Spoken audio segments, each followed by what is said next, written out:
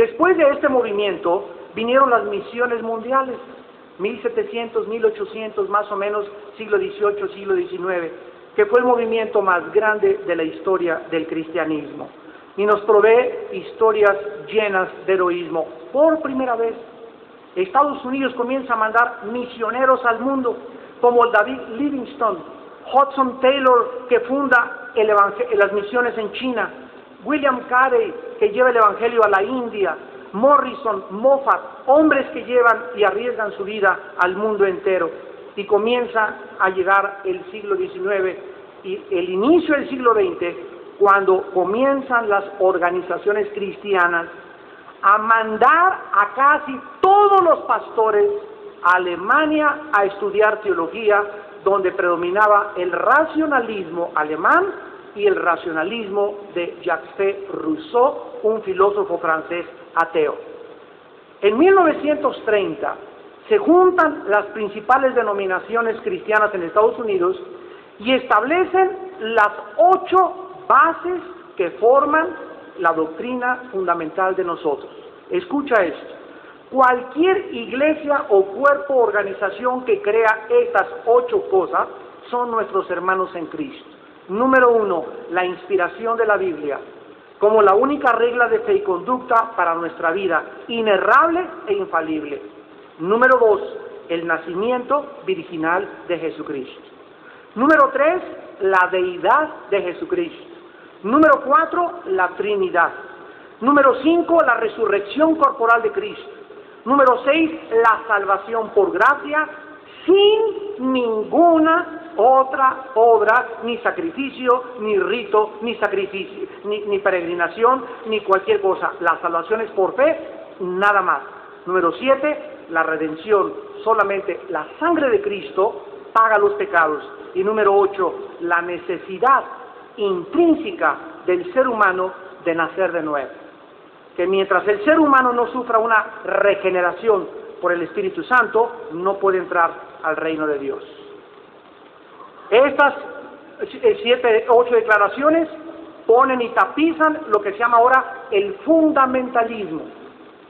Entonces tú puedes creer en lenguas o no puedes creer en lenguas, puedes creer que los cristianos tienen demonios o que no tienen demonios, puedes creer en la risa o no puedes creer en la risa.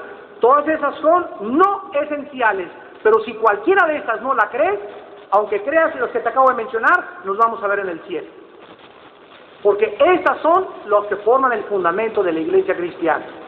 Después llegamos a 1960 y después de que se introducen todas las herejías del racionalismo a Estados Unidos, fíjense ustedes, la Universidad de Harvard, la Universidad de Princeton, la Universidad de Yale, las fundaron pastores cristianos. Y cuando regresaron de Europa con el racionalismo alemán, metieron el modernismo a las universidades americanas y comenzaron los pastores a apostatar en Estados Unidos. A México nos llega la teología de la liberación, no la de demonios. La teología de la liberación es un sistema hereje que dice que el comunismo se puede mezclar con el cristianismo. Un curita llamado Camilo Torres, en el Centroamérica, estaba cansado de que la gente no se convirtiera y agarró la ametralladora y dijo, vamos a pelear por los pobres a través de un evangelio social. Esto comenzó a penetrar en el mundo cristiano y comenzó a leudarse y a corromperse el evangelio. Después comenzó a mezclarse el cristianismo con el misticismo en la década de los 70. O sea, se comenzó a dar más validez a las experiencias. Es que si yo no me caigo para atrás, no tengo al Espíritu Santo. Si no me río, no tengo el Espíritu Santo. Si no hablo en lenguas, no tengo el Espíritu Santo. Comenzó a enseñarse hasta el grado de decir que si no tenías las lenguas, no eras salvo. Y comenzó a entrar todas estas corrientes y comenzó la gente a buscar qué cosa. Llegaban a la iglesia y todos hablando en lenguas. Entonces los cristianos nuevos que se acaban de convertir, ¿qué anhelaban? ¿Qué buscaban? Experiencias. Sentir algo, sentir a Dios, hablar en lenguas, caerse al piso, reírse, porque si no había esas experiencias, dudaban de su salvación.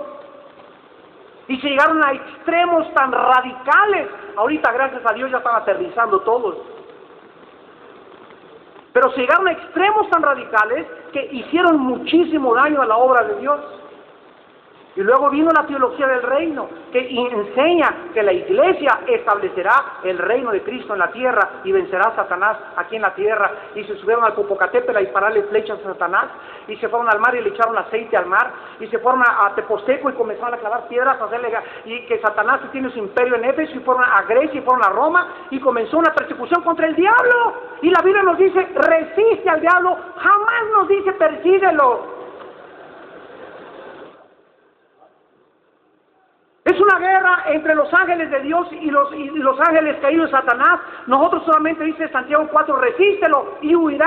Resisto lo que significa, me pongo bajo la sombra del Altísimo, vivo en santidad y no tengo por qué preocuparme del chamuco. ¿Por qué? Porque el ángel de Jehová acampa alrededor de los que le temen y los protege. Pero se inició la guerra contra el diablo, imagínense nada más. ¿Sobre qué raíces teológicas tenía ese movimiento? De que el reino de Dios tiene que ser establecido, persiguiendo y vamos a corregir al diablo. Y el diablo risa y risa ahí arriba.